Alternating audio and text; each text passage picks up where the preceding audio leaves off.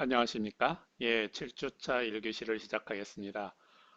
그동안 여러분들이 잘 이 인터넷으로 진행되는 또 비대면으로 진행되는 수업을 잘 따라오면서 각자가 이 인공위성에 대한 기본적인 지식을 학습하고 또 스스로 위성 영상을 다운받고 프로그램을 설치해보고 그 프로그램에 대해서 조금 더 깊이 있게 활용하는 기술을 공부하고 있습니다. 물론 처음에 잘 안 되거나 어려움이 있을 수도 있었겠지만은 교수님이 계속 그 주차별로 반복적인 학습을 통해서 여러분들이 조금 어려운 부분은 한 번 더 반복하고 또 다시 다른 사례를 보여주고 함으로써 나름대로 좀 더 쉽게 접근할 수 있도록 도움을 주고 있습니다. 반면에 이미 굉장히 그런 부분을 쉽게 잘 적응해서 실습을 해서 여러분들이 결과물들을 만들고 있는 학생들은 좀 더 높은 수준의 레벨을 올려서요.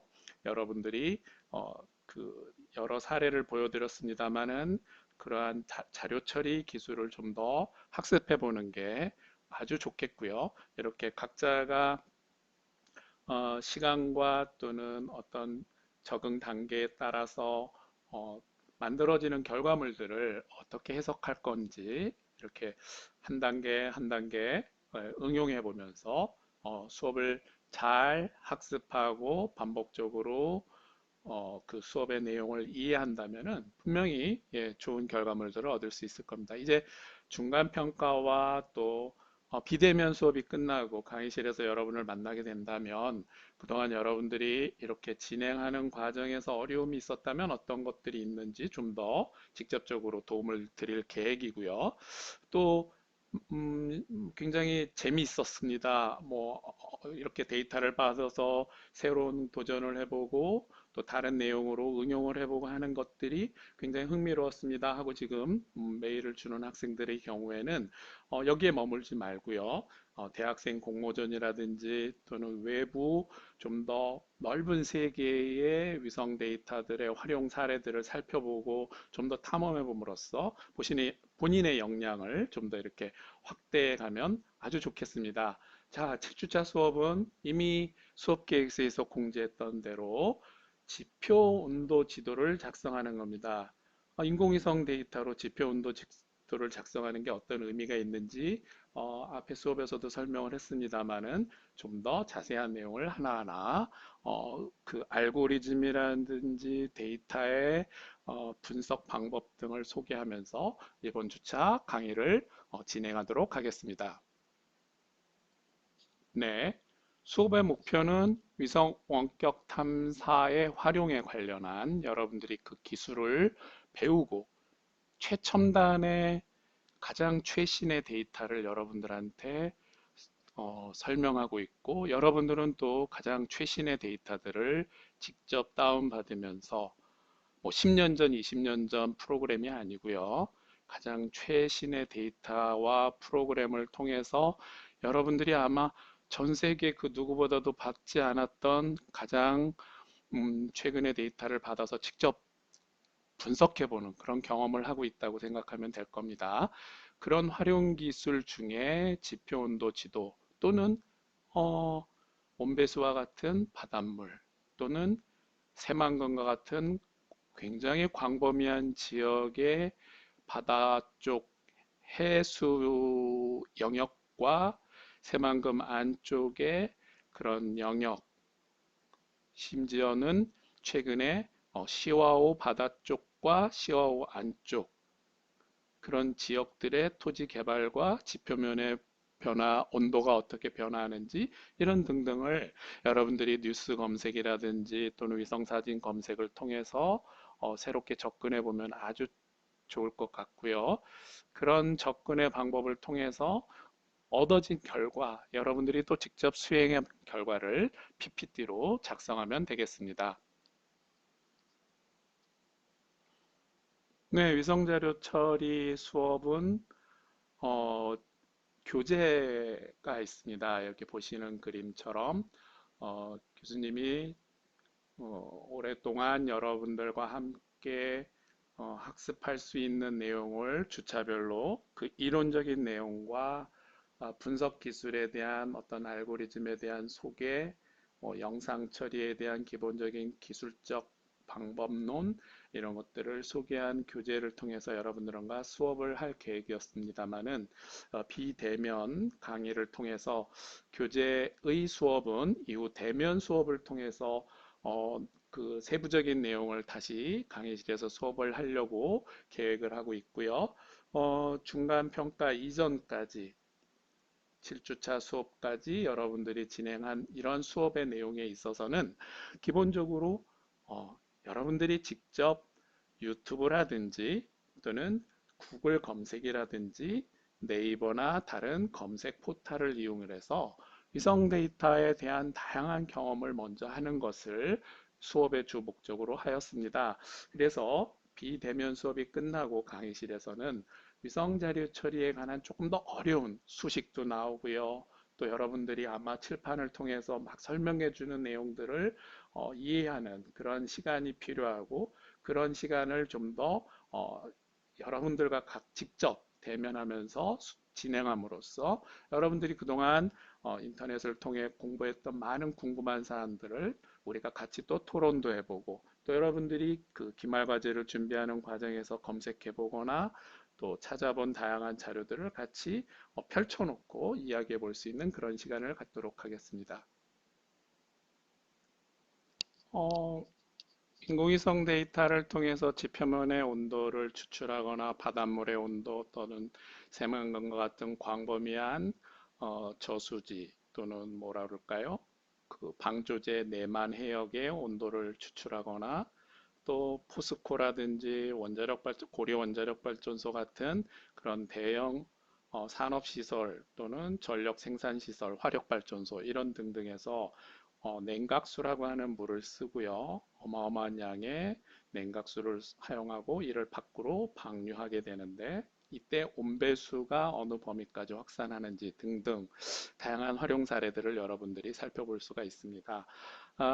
기본적으로 랜셋 데이터에는 랜셋 5호, 랜셋 7호 이렇게 랜셋 8호 각각의 위성들이 있었죠. 뭐 센티넬 1호, 2호, 3호가 있는 것과도 같은 내용이고요. 그 중에 랜셋이라고 하는 위성은 8호에 TIRS 센서가 있다고 그랬고 10번과 11번 밴드가 열 적외선 밴드라고 했습니다. 좀 더 과거에 발사된 위성인 랜셋 5호의 경우에는 6번 밴드가 열 적외선 밴드고요. 그래서 여러분들이 뭐 과거 데이터를 만약에 다운받는 경우가 있다면은 그 밴드에 맞는 그 위성에 맞는 알고리즘, 즉 온도로 변환하는 변환식을 사용하게 되어 있습니다. 랜셋 7호는 ETM 플러스라고 하는 센서를 갖고 있죠.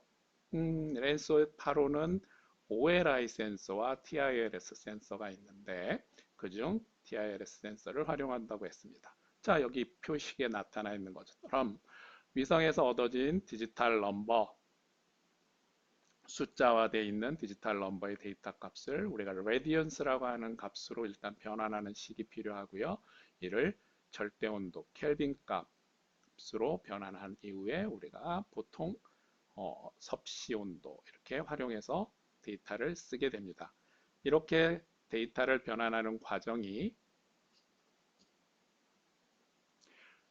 디지털 넘버에서 레디언스 전환이라고 하고요. 이 과정은 방사율 값이라고 하는 것들에 기본적으로 어, 기본식을 사용하게 됩니다.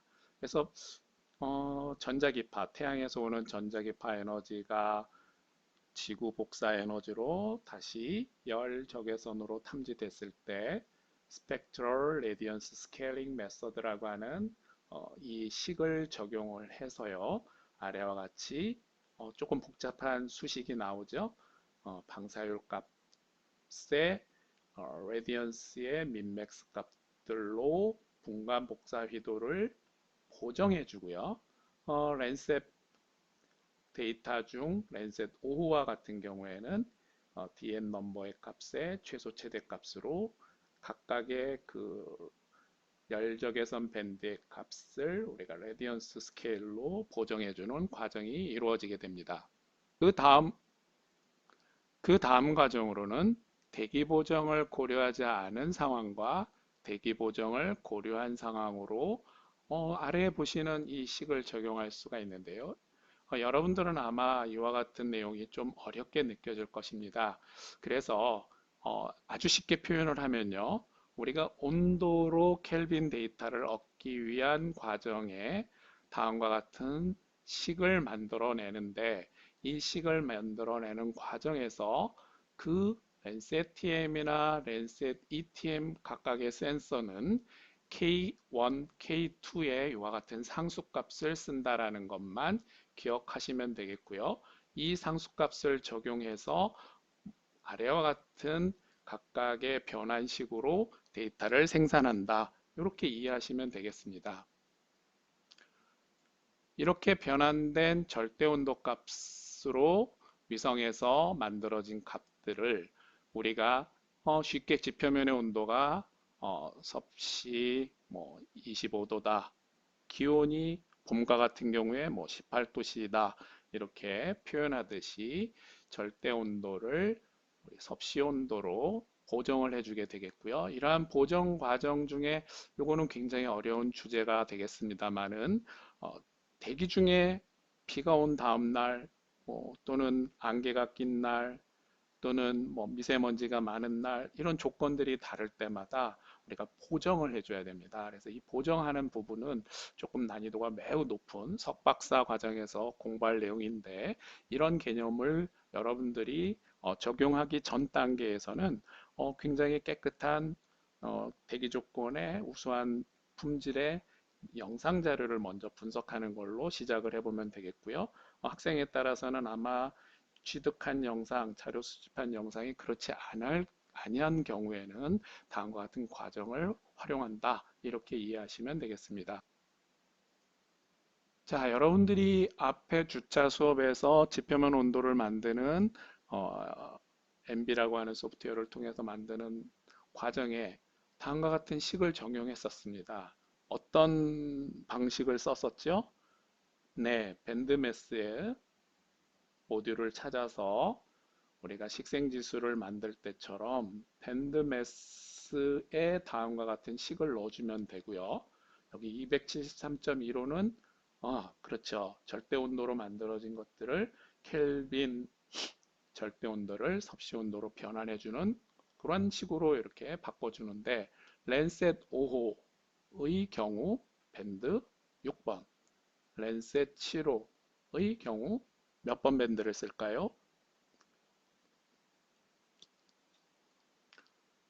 이렇게 위성 데이터를 통해서 얻어진 디지털 넘버 값을 온도로 변환하는 식들은 굉장히 다양한 연구자 그룹 또는 나사에서 제공하는 변환식 또는 어떤 대학에서 연구실에서 새롭게 만들어낸 새로운 방식의 지수값 등을 적용함에 따라 각각 좀 더 우리가 더 정확한 값으로 위성 데이터를 활용해서 지표면 온도나 해수면 온도를 추출할 수 있다. 이렇게 제공하게 됩니다.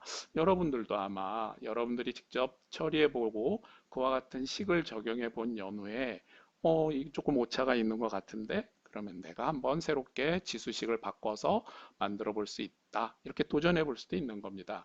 여기에 들어가는 밴드의 기본적인 Lmax, Lmin 이렇게 나와 있는 값들은 영상 자료에 기본적인 메타데이터를 검색하면 그 검색된 여러분들이 데이터 다운받은 그 자료를 압축을 풀면 그 푼 자료 내에 이와 같은 메타데이터를 검색할 수 있는 밴드가 있었죠. 그 데이터 파일이 있었죠. 그 데이터 파일을 열어보게 되면 충분히 알아볼 수 있는 내용이고요. 이런 자료들은 하나하나 직접 찾아보지 않더라도 이미 이와 같이 적용된 변환 공식을 통해서 계산할 수가 있습니다.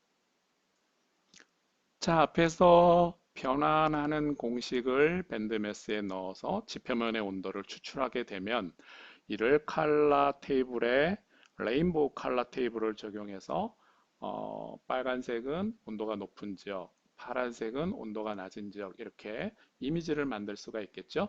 그래서 최근의 영상 또는 과거의 영상 이렇게 두 개의 시점이 다른 데이터를 얻어서 자료 수집한 것을 가지고 여러분들이 온도 지도를 만들고 그 온도 지도에 마우스로 클릭해서 커션 로케이션 밸류를 확인하게 되면 이와 같이 그 지점의 온도들을 확인할 수가 있습니다. 자, 여기는 어디냐면은 화성호라고 아시나요? 예, 서해안 쪽에 화옹 방조제가 있는 화성호가 되겠고요. 최근 수원에 있는 군 비행장을 이쪽으로 이전한다. 뭐 이전하면 어떻게 되느냐 하는 등등의 뉴스가 나왔던 지역입니다. 자, 왼쪽에 있는 이미지처럼 온도 지도를 만들고 또 다른 시점에 온도 지도를 만들어서 동일한 지점의 온도를 이렇게 비교를 해보면 섭씨 0도씨였던 지역이 섭씨 뭐 마이너스 이렇게 또는 플러스 지역이었던 지역이 마이너스 지역 이렇게 온도의 변화들이 나타나는 걸 볼 수가 있겠고요. 이를 X 프로파일이라고 하는 MB의 프로파일 기능을 활용해서 동일한 지점에 A 시점의 온도의 변화, 또 B 시점의 온도의 변화를 이와 같이 축을 이용해서 온도가 어떻게 달라지는지 X축, Y축 변화를 살펴볼 수 있습니다. 자, 화성호 화옹 방조제가 있는 지점, 방조제가 만들어기 전, 반등조제가 만들어진 이후 쪽에 이렇게 뭐 갯벌이 쌓여 있거나 물의 온도가 육지보다 더 높은 것, 뭐 이런 것들도 시기별로 다르다라는 걸 확인해 볼 수 있고요. 더더군다나 밴드매스를 이용해서 두 시점의 각각의 온도를 만든 걸 또 빼볼 수도 있겠습니다. 그래서 온도 차이가 많이 변화된 지역은 어느 지역인가 이런 지점들에 대한 결과물을 만들어 볼 수 있겠고요. 다음은 그렇게 추출된 온도가 과연 정확한 온도인지를 검증하는 단계입니다. 여러분들이 국립해양조사원이라는 곳에 들어가면 다음과 같이 관측하는 이런 장비가 있고요. 이 관측 장비는 바닷물을 비롯한 다양한 그 해양에 있어서의 자료들을 자동으로 수집하는 장비인데 이 중에 바다 표면 또는 요 지점에서의 수온을 측정하는 내용입니다. 그래서 이렇게 수온을 측정하는 경유도 좌표가 있죠. 그래서 그 좌표점에 여러분이 만약에 2014년 4월 6일 날 데이터를 다운받았다면 그 날짜의 요 지점의 해수면의 온도가 약 3.8도 정도 되고 바람은 남남 동풍이 불었고 뭐 이런 등등의 그 자료를 통해서 관측값은 13.6도였네요. 위에가 잘려서 그런데 이제 13.6도고 요 다른 파라메타들이 있겠죠. 이렇게 파라메타들을 확인할 수 있겠고요. 네, 이 자료는 랜셋 7 ETM 플러스에 포함되어 있는 열적외선 밴드를 가지고 온도 지도를 만들었는데 랜셋 7의 경우에는 이와 같이 센서에 잘 운영되다가 고장이 발생했어요. 그래서 데이터가 이후에 이런 어, 오류가 나는 그런 현상들이 발생했습니다. 여러분들이 랜셋 ETM을 다운받으면 이런 이미지들을 볼 수가 있어서 랜셋 8호를 활용하면 좋겠고요.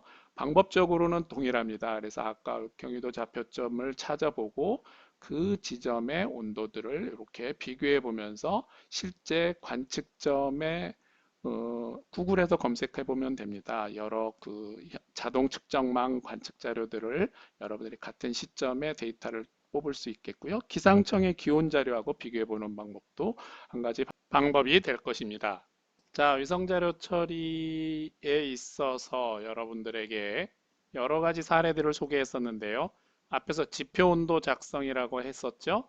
자, 이거를 지표 온도뿐만이 아니라 우리가 새만금과 같은 방조제에 있어서의 광역의 수표면의 온도를 잰다든가 댐, 또는 뭐 4대강, 한강 이런데 공간적인 표층의 온도를 잰다든가 관측한다든가 할 때도 당연히 랜셋 8호의 위성 데이터를 활용할 수가 있습니다.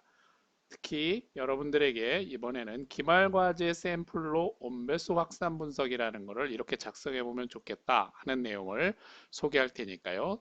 잘 내용을 같이 살펴보고 이에 대한 주제를 선택하는 경우 여러분의 새로운 아이디어를 포함해서 한번 진행해 보시면 좋겠습니다.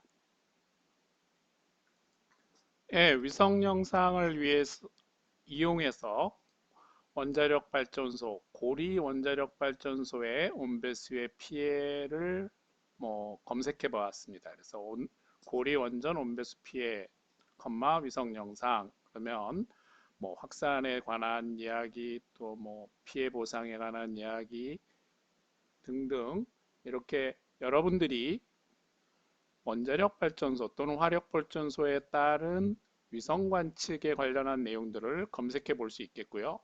그 중에 여기 열적외선 위성 관측 비교라는 내용이 있네요. 얘를 한번 클릭해 볼까요? 자, 이렇게 온배수 확산을 우리가 위성 데이터로 관측할 수 있는가 하는 부분에 대해서 검색을 해보게 되면 환경영향평가에 열적외선 위성 관측을 통해서 랜셋 7이라든지 또는 랜셋 8호 이런 데이터들을 이용을 해서 어떻게 그 위성을 통한 고리 원자력 발전소의 확산 범위를 관측할 수 있는가 하는 등등의 내용을 여러분들이 검색해 볼 수 있을 것이고요. 그 내용의 원문을 보시게 되면 방법이라든지 어떤 방식으로 했는지에 대한 레시피를 여러분들이 찾아볼 수 있을 것입니다.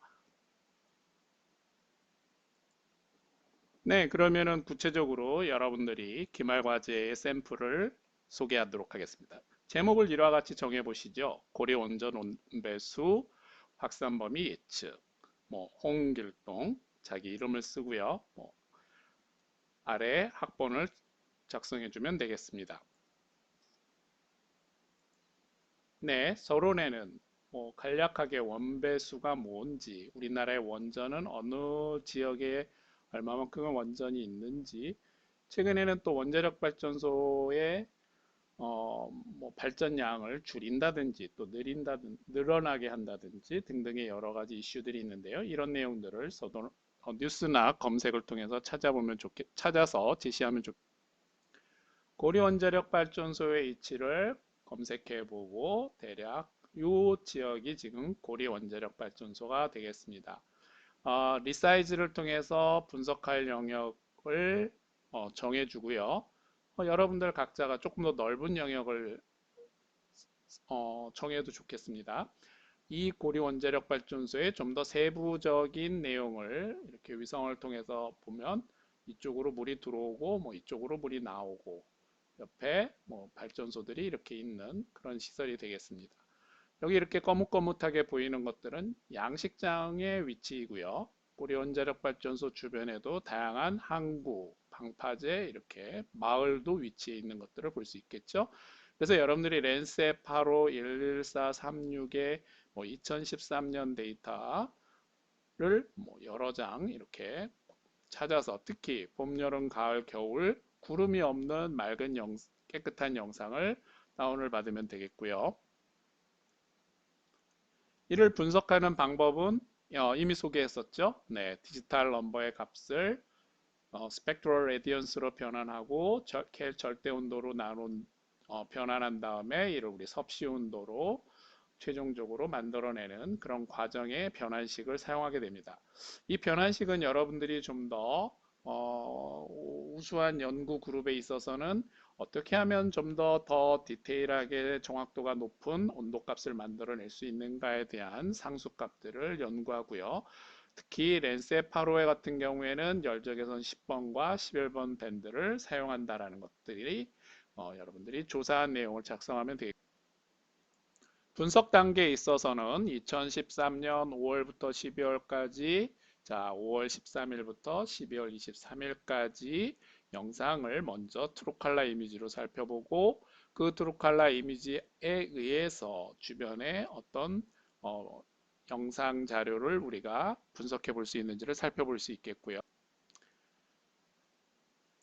다음에 각각의 날짜에 해당되는 데이터들을 가지고서 뭘 만들었죠? 네, 표층에 있어서의 해수면 온도를 만들어냈습니다.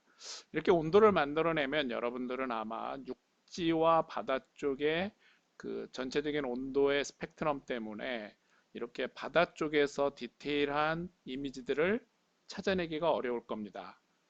그래서 여기서는 육지 쪽을 어떻게 했나요? 까맣게 이렇게 마스킹을 했습니다. 마스킹하는 방법은 여러분들이 하나의 폴리곤으로 해안선을 따라서 해당 지역을 잘라내고 나머지 바다 쪽 영역에 대해서만 표층 온도를 만든 변환식을 적용한 온도 지도에 칼라바를 칼라맵 칼라 지도를 이렇게 만들어 주게 되면 최소값과 최대값에 따라서 여기 보시면 뭐 최소값은 12도 정도, 최대값은 16도 정도 또는 최대값은 뭐 22도에서 26도. 겨울철엔 좀 더 바닷물의 온도가 낮겠죠. 그래서 9도에서 14도 정도. 그래서 원자력 발전소 주변은 이렇게 물의 어떤 확산되는 영역을 우리가 살펴볼 수가 있을 겁니다. 특히 10월 달에는 위쪽으로, 뭐 12월 달에는 아래쪽으로 이렇게 방향이 다른 경향을 살펴볼 수가 있겠고요. 이를 좀 더 자세하게 우리가 분석해내기 위해서 동일한 온도를 나타내는 지점들을 컨투어 맵을 통해서 이렇게 어, 해수면의 온도가 동일하게 나타나는 지점들만 벡터라이징을 하게 됩니다. 이건 손으로 그려낸 것이 아니라 앞에 영상 자료에서 온도 지도의 데이터 값들이 동일한 라인들만 벡터화하고요. 그 벡터화한 걸 통해서 12월 23일 날 고리 원자력 발전소 바로 앞부분에는 이와 같이 온도 차이가 크게 1도, 2도, 3도 정도의 차이가 나는 영역의 확산 범위들을 알 수 있겠죠. 이렇게 확산되는 범위를 우리가 파악하는 것들을 다양한 시점의 데이터로 시계열적인 변화를 분석한 결과에 따라서 이렇게 온배수의 공간적인 변화가 어떻게 나타나는지를 다시 지도화해서 표현할 수가 있겠습니다. 이렇게 만든 결과물은 앞에서 우리가 뉴스 검색을 한 그런 다양한 이슈들에 대해서 우리가 정보를 제공해 줄 수 있는 기초 자료가 되겠고요. 특히 여기 보시면은 5월과 12월에 고리 원자력 발전소 주변을 살펴보았더니 5월에 비해서 12월에 이렇게 어장, 양식장이라고 했죠. 양식장으로 13도, 12도, 11도 아주 온도 차이에 의한 영향 범위가 나타나고요. 이 지역은 아무래도 피해라든지 아니면 오히려 여러 가지 이 원자력 주변에 있어서의 해수면 온도에 따른 변화의 특성 등을 이렇게 비교해 보는데 위성 자료가 활용될 수 있다라고 할 수가 있겠습니다. 자, 이렇게 만들어진 결과에 대해서 여러분들이 각자의 의견과 뉴스 검색을 통하거나 또는 보고서를 찾아서 여러분들이 정리한 내용을 최종적으로 마무리해서 그 결과물을 제출하는 것이 여러분의 기말 과제가 되겠고요. 중간중간 어떤 자료 처리 과정에 있어서의 기술적인 방법이나 또 소프트웨어를 통해서 우리가 만들어내는 과정 등등은 여러분들이 함께 강의실에서 배워가면 되겠습니다. 이와 같은 결과물을 여러분들 스스로 만들어 본다면 아주 좋은 포트폴리오가 될 것이라고 생각되고요. 여기 지금 이렇게 분석된 결과들은 매우 그 한수원이라고 하죠. 원자력 발전소와 관계된 사람들과 또 여기 피해 어민들 사이에서는 매우 중요한 이슈가 되는 자료로 활용되는 그런 내용들이 되겠습니다. 네, 수고.